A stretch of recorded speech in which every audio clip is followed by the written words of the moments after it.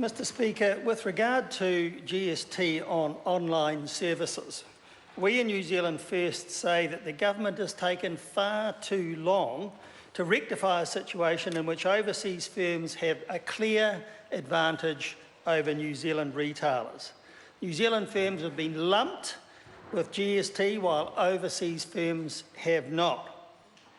Government complacency has caused the strangulation of New Zealand's small to medium-sized businesses, threatening their very viability.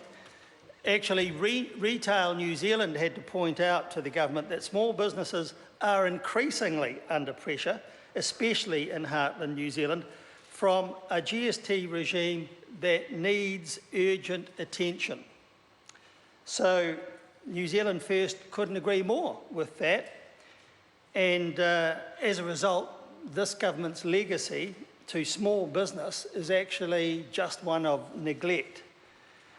While New Zealand firms are ignored in that way, multinational companies are still getting away with billions of dollars of business, which could be going to New Zealand small businesses, small and medium businesses. And we know from consultation with New Zealand business people the frustration that they feel and which is caused by this tax in relation to the exemption for intangible goods.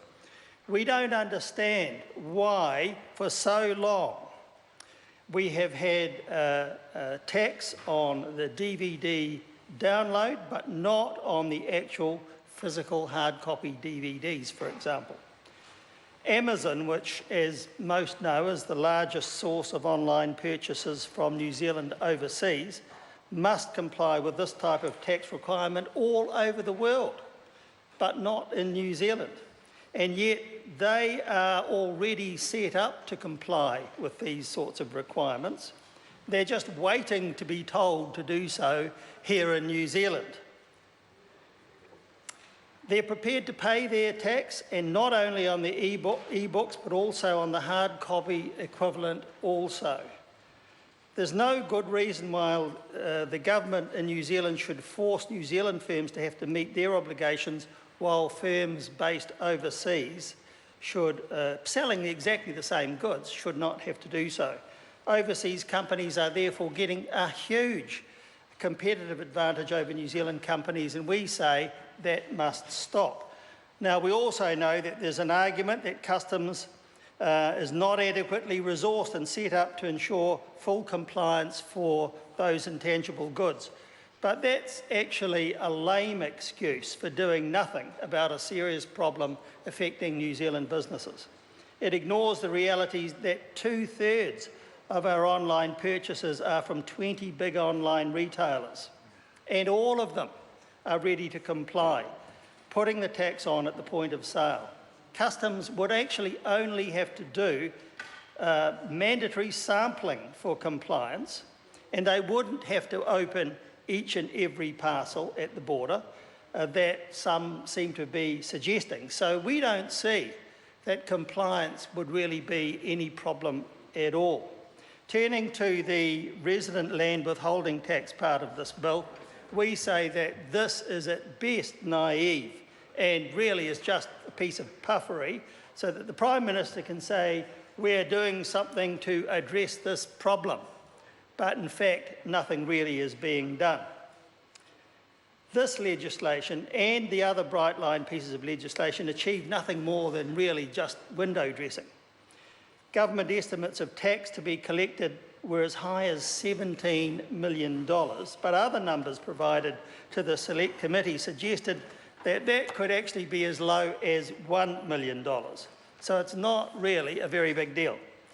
But the legislation will be, in fact, incredibly expensive to impose on the business community. And Inland Revenue think that there might even be a negative return given the costs and resources that would be required.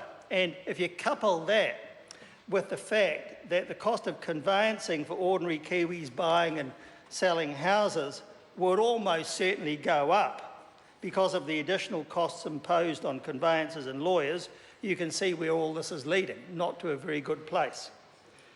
Some people have actually suggested that those costs could go up by as much as $200 per transaction. And we say that's actually lunacy when you are imposing more costs for little or no benefit. There's been a lot of discussion about trying to define just what an offshore person might be too. And we've found that it's a lot harder than anyone might think.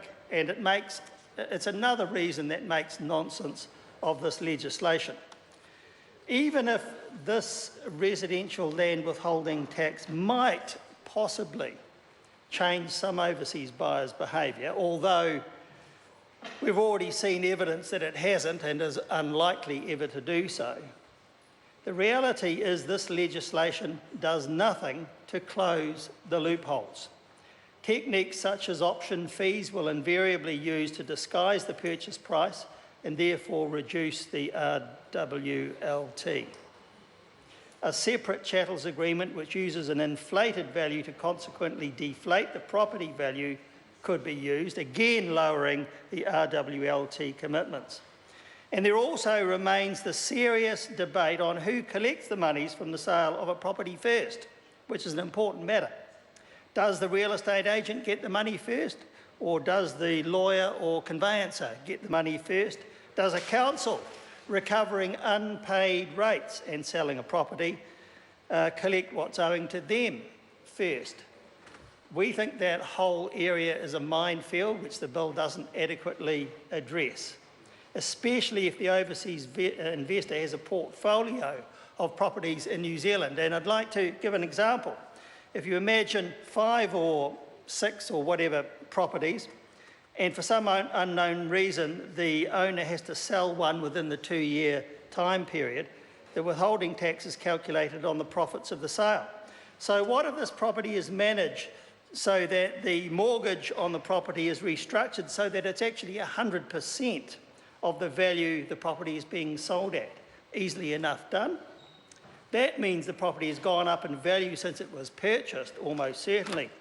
But because the vendor has a mortgage on the value that it is being sold for, then they're making no profit from the sale of the property for tax purposes. So it gives you an idea of just some of the things that can happen which this bill simply doesn't address. So, Mr. Speaker, for all of those reasons, New Zealand First can't support this bill because we say that it would simply achieve little or nothing and just be another factor increasing costs for people dealing with property with no gain. That's right. So we'll be voting against it.